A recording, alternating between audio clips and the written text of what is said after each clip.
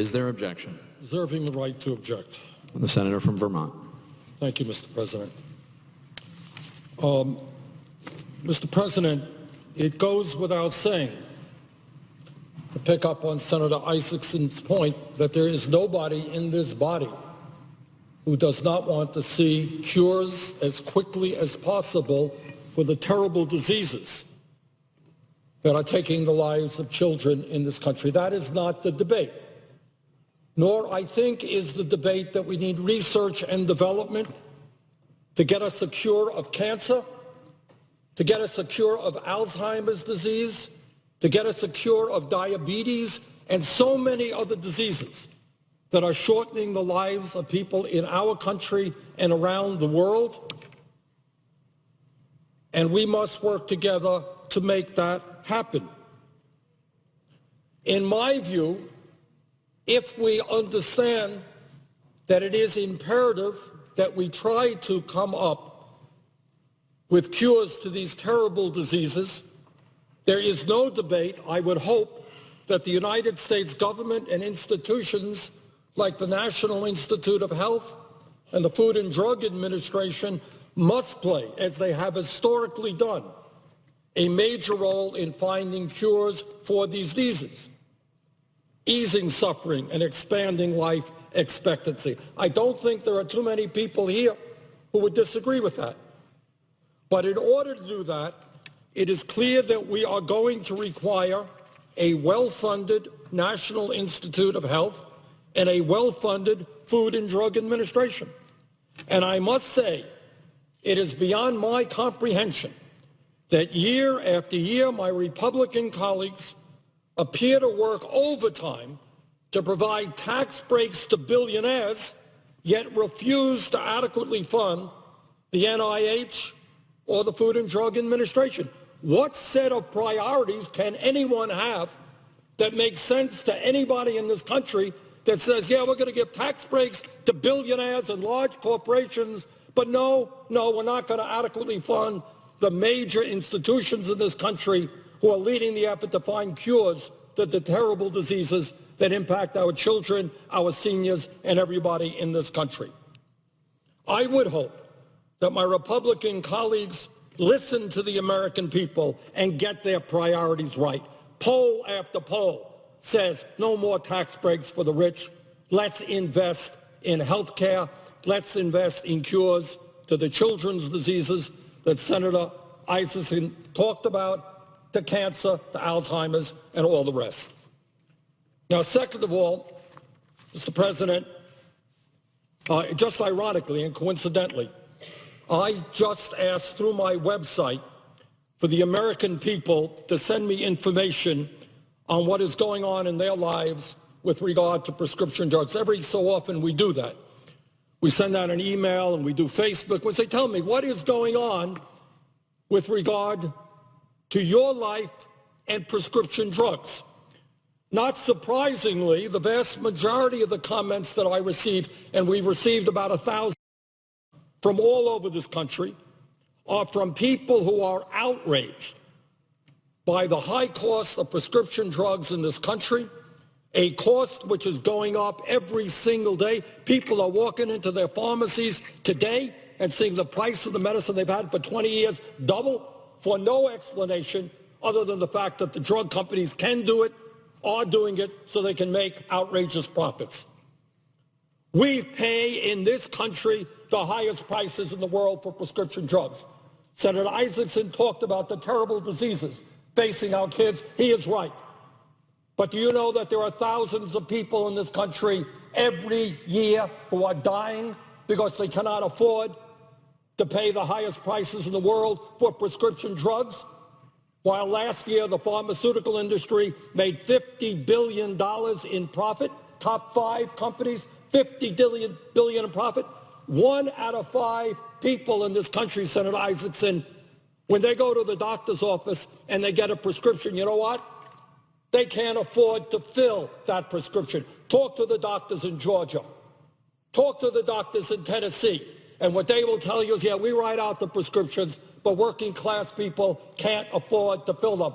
We have received letters from oncologists all over this country who tell us their cancer patients cannot afford the outrageously high cost of the medicine people need to stay alive. Maybe, just maybe, it might be time for the United States Senate to stand up to the pharmaceutical industry and all of their lobbyists here and all of their campaign contributions and say we're going to stand with the American people who are sick and tired of being ripped off by the drug companies. Let me just read a few. I'm not going to read you 1,000 letters. Just a few to get an indication of what's going on in America. Mark from Plainville, Connecticut, wrote to us that his drug for Crohn's disease went up from $75 a month to $700 a month. Anyone here concerned about that? And he's worried that he may die. This is what he writes to me.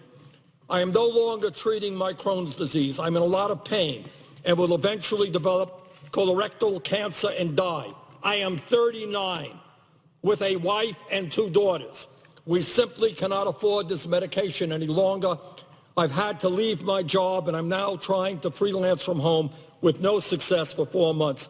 Our home is about to be foreclosed. Is that of interest to my Republican friends, or is that not important? Amanda from Bartlesville, Oklahoma, shared this story of her husband's gout medication. He pays more than $300 a month for a medicine that was $4 in 2010. Maybe somebody can explain to me how a medicine was $4 in 2010 and $300 a month now. He is now disabled because he cannot afford the medicine he needs. Heather in Taos, New Mexico, she writes she cannot afford her EpiPen. We've heard a whole lot about the high price of EpiPen. She said, I basically haven't had one in years that's not expired. Just hope I don't get stung or I will die, end of quote. John in Anchor Point, Alaska, cannot afford his insulin, which jumped from $1,400 to $1,600. He said, quote, I skipped buying groceries when picking up meds, went home and scraped by, sold possessions to make ends meet so we could buy food. Jerry from Lincoln, Nebraska, cannot afford gabapentin for shingles. It was $35. It's now $75. Trish from New Jersey stopped taking, I'm probably pronouncing this wrong, well, her breast cancer medication because it went from $25 to $225 a month for 3 months. 3 months supply. Anyone concerned about that? Of course we want new drugs to cure diseases, but those new drugs won't do anybody any good if people can't afford them. Mr. President, we have seen scandal after scandal in the last few months and years. Gilead sold Sovaldi, a drug for hepatitis C, for $1,000 a pill. Mylan raised EpiPen prices by 500% over the last several years to more than $600. Martin Shkreli raised the price of Daraprim, a life-saving AIDS medication, by 5,000%. Are we concerned about that? I would hope some of us are. Also, above and beyond the fact that the pharmaceutical industry is ripping off the American people, the FDA itself tells us that this voucher approach doesn't work. The GAO, the Government Accountability Office, released a report in March that found that there is no evidence this program works to incentivize drug development. Not only does the program not work, it actually slows down the review time of drugs that are clinically important. When one of these vouchers is used, that means FDA staff must take time away from reviewing priority medications in order to review drugs that have bought a pass to the front of the line. By moving one drug faster, more important drugs may move slower. What we do know is that these vouchers sell for hundreds of millions of dollars. Just one recent example from last year, drug company United Therapeutics sold a priority review voucher to another major drug company, Abivai, for $350 million. Mr. President, while nearly 1 in 5 Americans can't afford to fill their prescriptions, the top 5 drug companies made a combined $50 billion in profits last year. There are many reasons why we pay such outrageous prices, But one reason is we continue passing laws written by the pharmaceutical industry and their lobbyists year after year after year. I believe that the American people should know that the pharmaceutical industry has spent more than $3 billion on lobbying since 1998. How's that? Democracy at work.